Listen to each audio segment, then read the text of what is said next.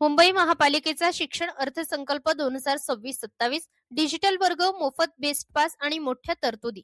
आज मुंबई महानगरपालिकेचा 2026-27 चा अर्थसंकल्प सादर झाला असून शिक्षण क्षेत्रावर विशेष भर देण्यात आला आहे. यंदा शिक्षणासाठी तब्बल 4,248 कोटी रुपयांची तरतूद करण्यात आली असून मागील वर्षाच्या तुलनेत 292 कोटींची वाढ करण्यात आली आहे.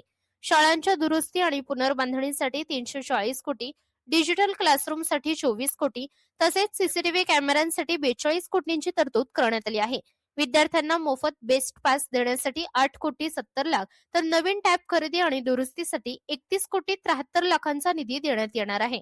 विज्ञान पार्क, इंग्रजी भाषा प्रयोगशाळा, सायबर साक्षरता सुविधा, रोबोटिक्स लॅब आणि खगोलशास्त्र या प्रयोगशाळांसाठीही विशेष तरतूद करण्यात आली आहे. 9वीच्या विद्यार्थ्यांसाठी शैक्षणिक सहली, मुलींसाठी उपस्थिती भत्ता आणि ग्रंथालय अद्ययावत करण्यासाठीही निधी जाहीर करण्यात आलाय.